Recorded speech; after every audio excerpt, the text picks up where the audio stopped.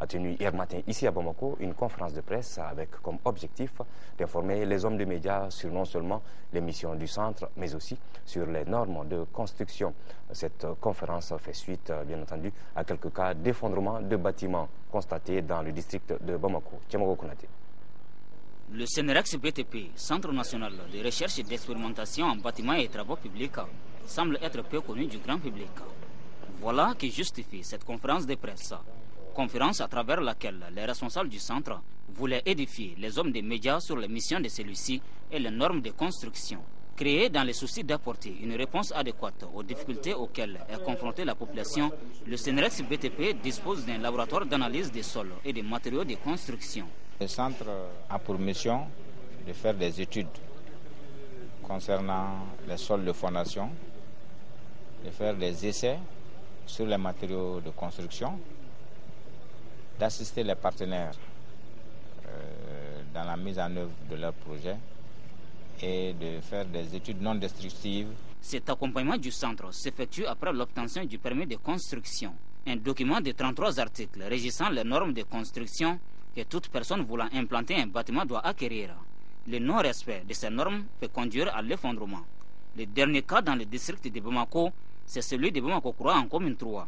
C'est un immeuble à 6 niveaux qui s'est complètement écroulé dans la nuit du 11 au 12 août.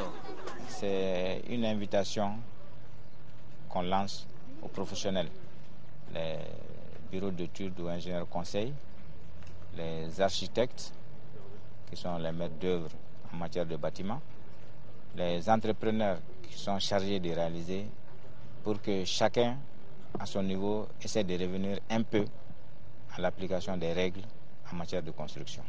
Cette conférence de presse s'inscrit dans la dynamique d'un processus de sensibilisation enclenché par le centre en vue d'un changement positif de comportement. Les jeunes de la communauté de l'Église viennent de procéder à l'ouverture de leur camp international. Ce camp est une rencontre de jeunes de la sous-région tenue tous les 2 ans pour parler de leurs préoccupations. C'est un événement qui est à sa 3e édition au Mali et durant une semaine, les jeunes vont partager plusieurs sujets sur leur insertion dans la vie active. Le thème de cette édition est baptisé Opération Solution Jeunes. Reportage de Adama Koulibaly. Le campus universitaire de Badalabougou était envahi hier après-midi par des jeunes de la communauté de l'Église. Ces jeunes venus de la sous-région tous les 2 ans se donnent rendez-vous dans un pays pour échanger et sensibiliser les autorités sur leur situation.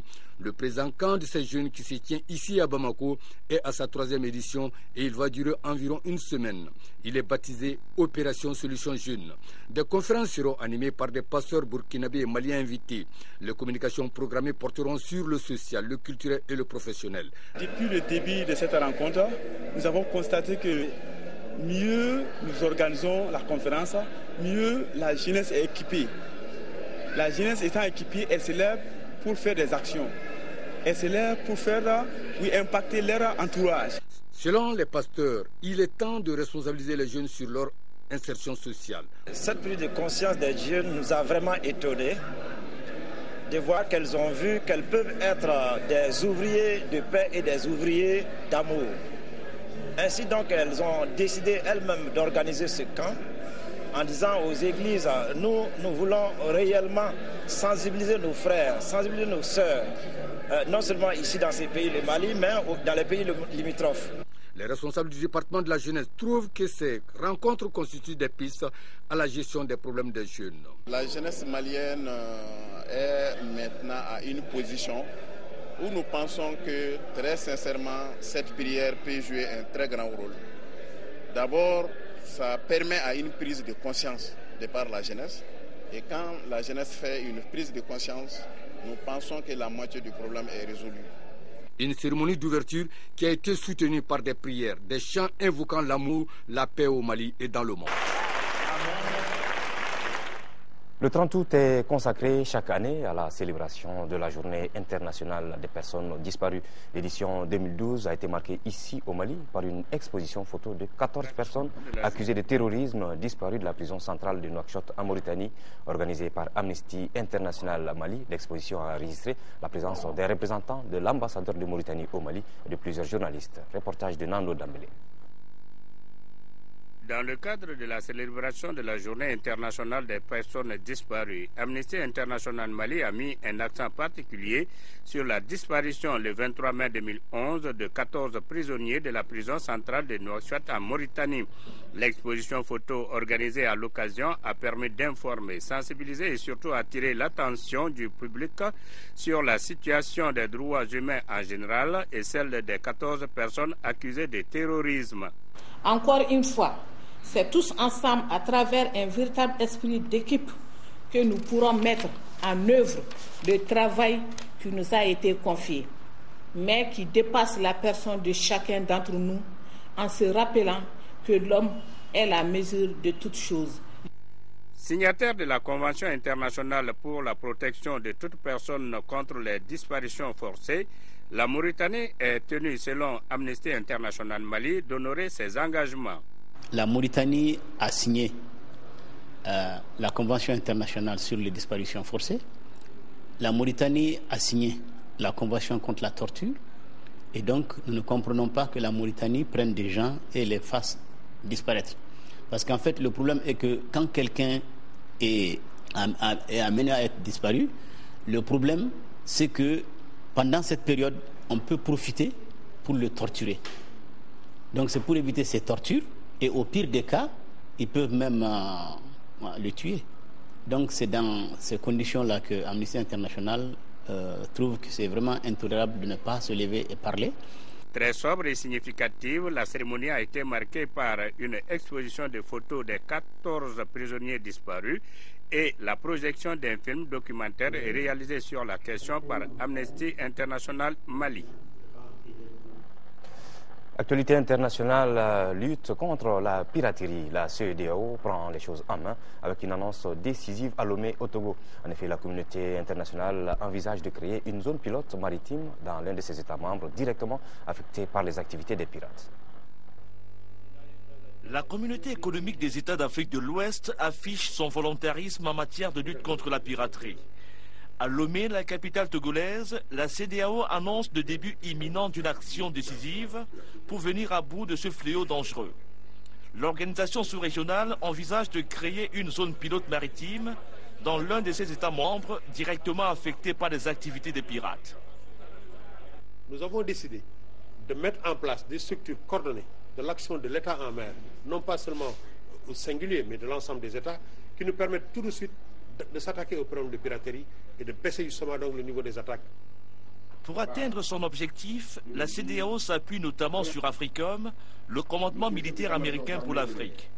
Le partenariat entre les États-Unis et les pays membres de la CEDEAO se fonde sur des considérations économiques. Les pays de cette région, dans le golfe de Guinée, sont très dépendants, comme les États-Unis, de la liberté de navigation et du commerce. C'est à travers les efforts comme les vôtres que nous pourrons ensemble attaquer cet ennemi commun. Les côtes de la plupart des pays membres de la CEDEAO sont régulièrement le théâtre d'attaques de pirates. Mardi, au large du Togo, un pétrolier grec contenant 50 000 tonnes de fioul a été détourné. C'est la deuxième fois en moins de 2 semaines que les pirates frappent dans le golfe de Guinée, en dépit des dispositifs de sécurité déployés par nombre de pays de la région. En Angola, dernier meeting géant dans la banlieue de Luanda du président Dos Santos, candidat à sa propre succession. Des milliers de partisans en rouge, noir et jaune du MPLA sont venus soutenir leur candidat face au principal parti de l'opposition, l'UNITA. Une marée rouge, noire et jaune a envahi Kamama en banlieue de Luanda. Des milliers de sympathisants du MPLA sont venus en bus de toute la région soutenir le président Dos Santos, candidat à sa succession. Un dernier meeting géant à 2 jours des élections générales pour convaincre les indécis. Le MPLA étudie les problèmes, montre le chemin pour les résoudre et explique cela à la population. Le MPLA est le parti de la vérité, aujourd'hui comme demain. Le leader du principal parti d'opposition, l'UNITA, a profité de ces derniers moments de campagne pour exiger des élections transparentes et offrir ainsi une possibilité d'alternance. Nous avons vu les hommes et les femmes, les personnes âgées et les jeunes qui ont parcouru de grandes distances à pied pour venir nous écouter. Et tous ont manifesté leur désir de changement. Mais pour ces troisièmes élections organisées dans le pays depuis l'indépendance en 1975, le face-à-face MPLA-UNITA est perturbé par la venue d'un troisième homme, Abel Chivukuvuku. Cet ancien cadre de l'UNITA, à la tête du parti Kaza, rencontre un grand succès auprès des jeunes. Une nouvelle opposition qui risque de faciliter la réélection du président sortant. Iran, à présent, ouverture du 16e sommet des non-alignés avec 120 délégations, 29 chefs d'État et de gouvernement, dont 12 du continent africain. 16e sommet qui aura permis à l'Occident de constater que l'Iran n'est pas aussi isolé qu'on le pense. Pour l'Iran, c'est déjà un succès. L'ouverture du 16e sommet des non-alignés, jeudi à Téhéran, a permis de montrer que la République islamique n'est pas aussi isolée que le prétendent les Occidentaux. 120 délégations sont venues assister à cette conférence, censée donner un nouveau souffle à une organisation quelque peu assoupie. Mais seulement 29 chefs d'État et de gouvernement ont fait le déplacement, dont 12 du continent africain. Grand maître de cérémonie, le guide suprême iranien a répété dans son discours d'ouverture que l'Iran n'avait pas l'intention de se doter de l'arme atomique. Je répète, la République islamique d'Iran ne développe pas des capacités nucléaires militaires, mais elle ne renoncera pas au droit de son peuple à accéder à l'énergie nucléaire à des fins pacifiques.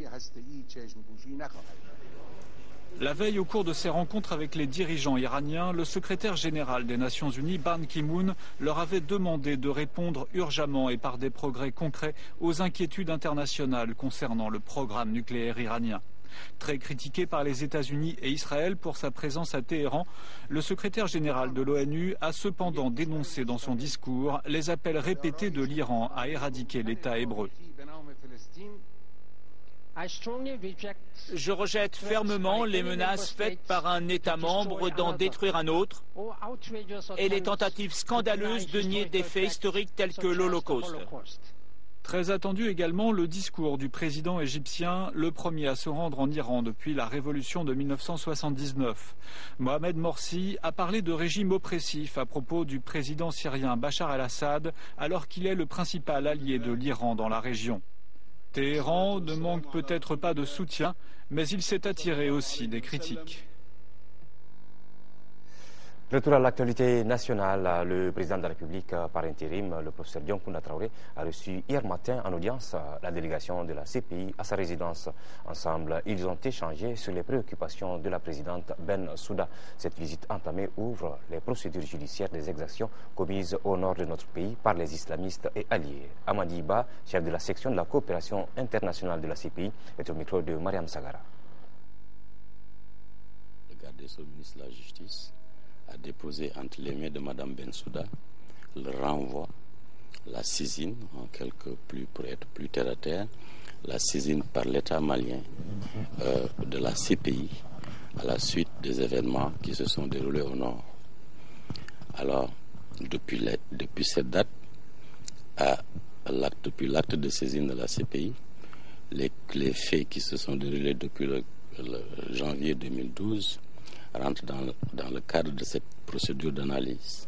Les faits passés, présents et futurs. Ça veut dire que tout acte, tout crime qui serait commis, tant au nord qu'au sud, de manière scrupuleusement et minutieusement par le bureau du procureur. Le Mali est parmi les premiers États à avoir signé et ratifié le statut de Rome, ce qui montre l'engagement de l'État malien dans la lutte contre l'impunité depuis la création de la Cour. Heureusement, avant l'avènement de ces faits, mais malheureusement, depuis que ces faits sont arrivés, le Mali a montré encore une fois sa détermination à s'engager dans la lutte contre l'impunité. Nous avons reçu le dossier malien avec l'ensemble des crimes allégués commis sur son territoire, notamment au nord, nous avons également reçu d'autres communications, d'autres sources d'ONG, de personnes impliquées, victimes ou qui ont un intérêt à porter ces informations au niveau du bureau. Donc tout ça fait l'objet d'analyses théoriques et pratiques que nous sommes venus recouper sur le terrain. Donc rencontrer les acteurs, vérifier les sources de renseignements, voir la stratégie par laquelle ces informations ont été reçues et portées à notre attention. L'élément qui lie Fatou, Madame le procureur, qui fait que devant les juges, il peut dire l'article tel a dit ça. Voilà ce qui s'est passé au Mali, ça correspond à ça. Ou bien l'article a dit ça, mais ce qui s'est passé au Mali ne correspond pas aux dispositions statutaires qui me donnent pouvoir. Alors si c'est la première option, alors il doit prendre ses responsabilités. Elle les prendra en toute, et je rappelle bien, en toute indépendance et impartialité. Notre pays enregistre en ce moment de fortes précipitations et les Bamakois sont restés hier matin pendant près de 2 heures les pieds dans l'eau. La forte pluie qui s'est abattue sur la capitale a occasionné des inondations sur plusieurs axes routiers, axes parcourus par notre reporter Nando Dambélé. La plupart des Bamakois sont restés enfermés chez eux pendant plus de 2 heures ce matin. La forte pluie qui s'est abattue sur la capitale a entraîné d'importantes inondations en plusieurs endroits de la ville. Inondations qui ont occasionné l'effondrement de plusieurs maisons, le déracinement de beaucoup d'arbres et l'encombrement des voies de circulation. Certains cours d'eau comme le Weyoyanko et le Diafraniko sont sortis de leur lit et les eaux de ruissellement ont envahi les maisons riveraines, coupé les ponts reliant plusieurs quartiers périphériques du centre-ville. C'est le cas des 2 ponts sur le Weyoyanko entre Taliko et les quartiers de Dogodouman, Konibabougou et Tchétchéni. Les habitants n'ont pu que constater impuissants le spectacle désolant. Quand je me suis réveillé, mes enfants sont venus me dire que mon quartier est inondé. Donc je suis venu visiter le bord du fleuve, du bord du Marigot. Bon, suite à ma grande surprise, j'ai vu un petit sur le poteau. Donc il a fait presque 1 heure de temps au poteau. Plus loin, à Samé, c'est la même désolation et la même inquiétude. Moi je connais mon quartier, je suis né ici. Ça me fait 45 ans d'ici. Je sais ce qui se passe ici dans mon quartier. Donc dû à ça, vraiment je suis désolé pour aujourd'hui. Ceux qui ont eu des dégâts matériels, vraiment je présente toutes mes excuses à eux. Mais quant à moi, je demande à eux de faire un petit effort de bouger un peu de 50 ou 100 mètres au bord du rivière pour que les dégâts ne reproduiront plus jamais. Cet état de fait s'explique en grande partie par le non-respect des normes de construction, selon le ministre de l'Équipement et des Transports en visite ce matin sur certains axes routiers de la capitale. Du fait des occupations anarchiques, les passages d'eau sont en général obstrués. Bon, je verrai ça, c'est pas mon domaine, je verrai ça avec ma collègue de l'urbanisme et des affaires foncières. Nous, du point de vue de notre ressort, à savoir les routes, on va s'atteler de notre tâche pour pouvoir au maximum laisser les passages d'eau, les curer. Et effectivement, par rapport aux routes également, on va essayer de faire des travaux d'urgence parce que nous avons cette année, Dieu merci, une bonne pluviométrie. C'est vrai que nous souhaitons tous, mais ça a des conséquences pour nous, pour notre département, parce que ça a des conséquences directes sur les routes. Bon, parce que a-t-on coutume de dire que l'ennemi de l'ingénieur, c'est l'eau, et nous avons l'eau cette année et en abondance, je dirais même en excès. Bon, donc nous devons travailler par rapport à ça, en tenant compte de ça. Les autorités entendent prendre toutes les dispositions pour éviter le pire. À 18h et à 20h, vous retrouverez Sira Bachili pour d'autres points d'information. Merci à toutes et à toutes et bonne suite des programmes sur votre télévision nationale.